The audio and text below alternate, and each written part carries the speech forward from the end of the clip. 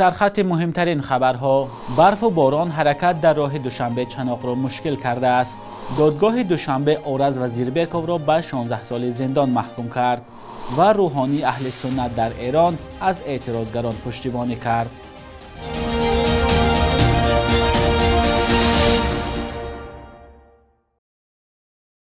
درود بیننده عزیز و هفته نوتان بخیر باشد. برنامه نوید بامدادی است با آخرین خبرهای تاجیکستان و جهان. امروز 7 نوامبر است. برنامه را با یک خبر خوش آغاز میکنیم. تیمور رحیموف ورزشکار شناخته تاجیک شب گذشته در مسابقات گرند اسلم باکو صاحب مدال طلا گردید. تیمور رحیموف که در وزن زیاد از 100 کیلوگرم برآمد میکند 4 رقیبش را شکست داد و صاحب مدال طلای گرند اسلم گردید. این اولین مدال طلای جودوکاران تاجیک از مسابقات های گرند اسلم است. 10 نفر از مدال گرفته تیمور رحیموف خوشحالی کردند. در مسابقات گرند اسلم باکو که در پایتخت آذربایجان برگزار شد 12 جودوکار تاجیک شرکت کردند. بجز تیمور رحیموف جودوکار تاجیک مولا رجب خلیفایف برنده مدال نقره گردید.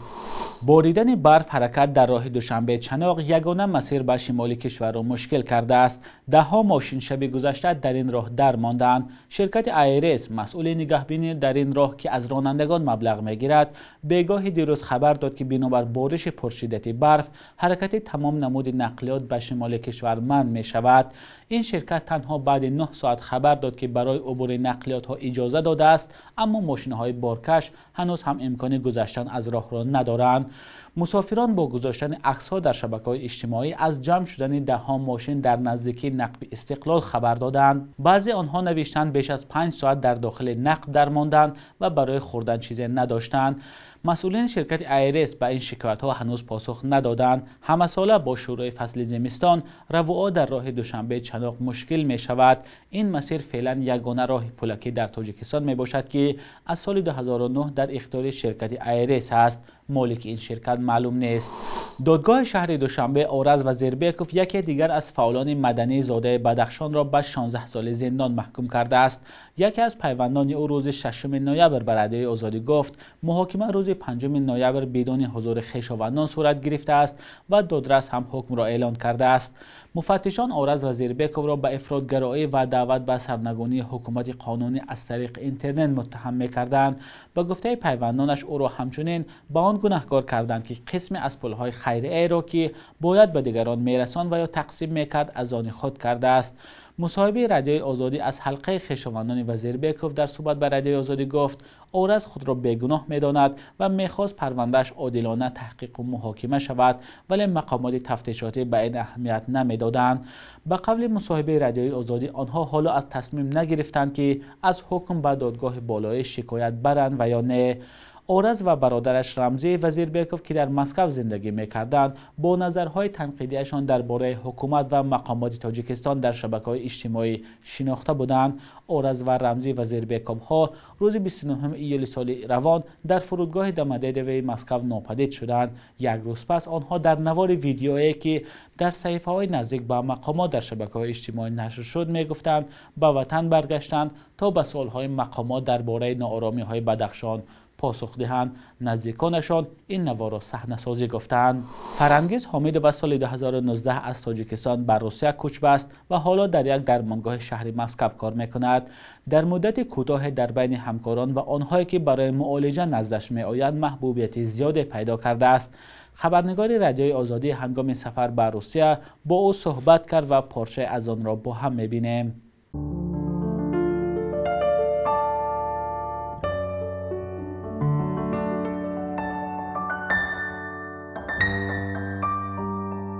من حمیدو فرنگیس احمد رفیقовна айни замон мудири шӯъбаи тибби профилактикӣ дар яке аз дармонгоҳҳои шаҳри Москва фаъолият мебарам. 2019 ман ба шаҳри Москва бо аҳли оилаам кӯчида омадам ва дар ҳамин дармонгоҳе ки ҳозир ман фаъолият бурда истодам ҳамчун табиби терапевт ба кор шурӯъ бурдам. шароити кор хуб аст, ба ман маъқул аст. албатта бори аввал сар мекунед ҷои бегона, яъне шумо бояд ҳамашро аз нав сар кунед, тарсу ҳарос меафтад. лекин аз шахсоне ки дар гирду атроф ҳастанд инам бисёр чӣ вобастагӣ дорад.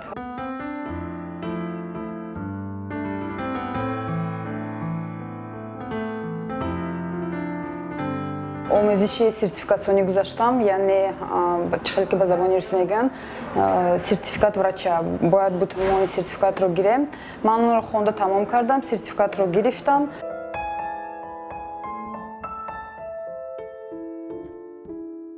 вақте ки номамро мехонанд, мефаҳманд, мегӯянд шумо аз куҷо ҳастед?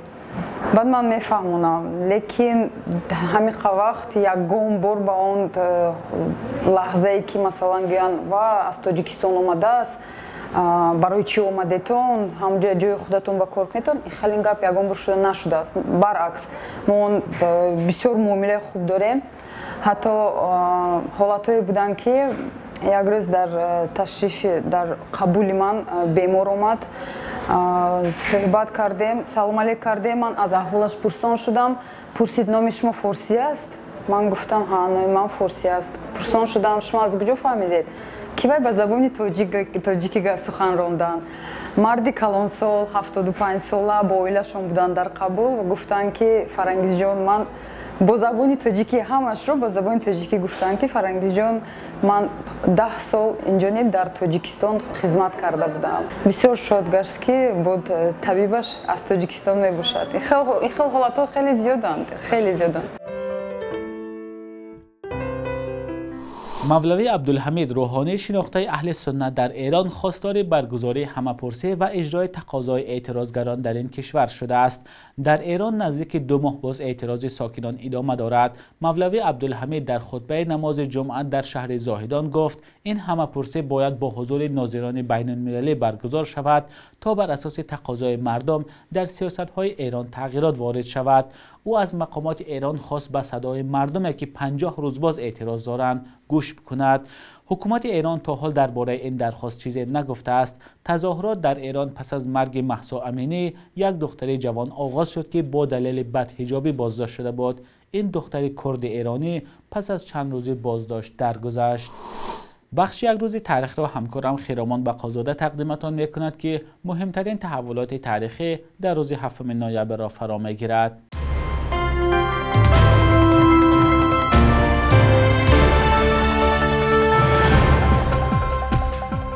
7 ноябр зодрӯзи шоири маъруф Абдураҳмони Ҷомеъ аст. ӯ соли 1414 ба дунё омад ва 78 сол умр дид. Ҷомеъро мутафаккири барҷастаи замони худ меноманд ва даҳо асари ӯ дар бахши адабиёт, фалсафаву нуҷумшиносӣ, мусиқӣ ва илмҳои дигар то ба имрӯз расидааст. асарҳои ӯ дар бахши арӯзу қофия аз арзиши хос бархурдоранд. аз ҷомеъ 3 девони бо арзиши 7 авранг, баҳористон ва 40 ҳадис ва асарҳои дигар то имрӯз расидааст. 7 ноябри соли 1917 дар Русия инқилоби сурх ё инқилоби октябрии болшевикӣ рух дод ки заминаҳои таъсиси баъдии Иттиҳоди ҷумҳурии Шӯравии социалистӣ ё СССР-ро гузошт. инқилобе ба раҳбарии Владимир Ленин ки монархияи подшоҳиро аз байн бурду диктатураи коммунистиро ҷорӣ кард, таҳаввулоти азими сиёсие дар қаламрави шашяки рӯи ҷаҳон шуд. таърихнигорон шеваи таҳкими ҳукумати шӯроро ба хотири қатлу куштор ва ҳабсу саркӯби миллионҳо сокин террори сурхам ном мебаранд. 7 ноябри соли 1929 театри аввалини тоҷик дари худро ба рӯи тамошобин боз кард ва саҳнаҳои ду ҳаёт ва ду коммунистро ба саҳна гузошт. ин театр баъдан Академияи драмавии Лоҳутӣ ном гирифт.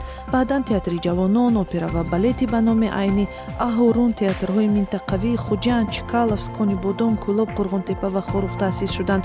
аксар театрҳо дар Тоҷикистон дар соли истиқлол бо мушкилоти молӣ рӯбарӯ шуда тамошобинашон камтар мешавад.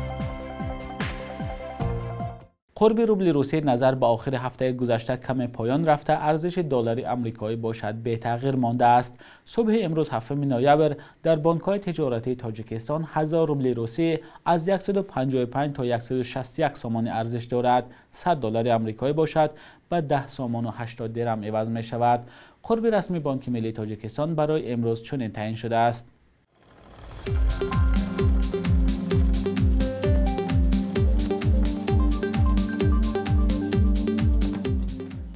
بینندگان گرامی، به پایان برنامه نوید بامدادی رسیدیم. برایتان روزی با قرار خواهانم. تا برنامه بعدی، خدا نگهدار.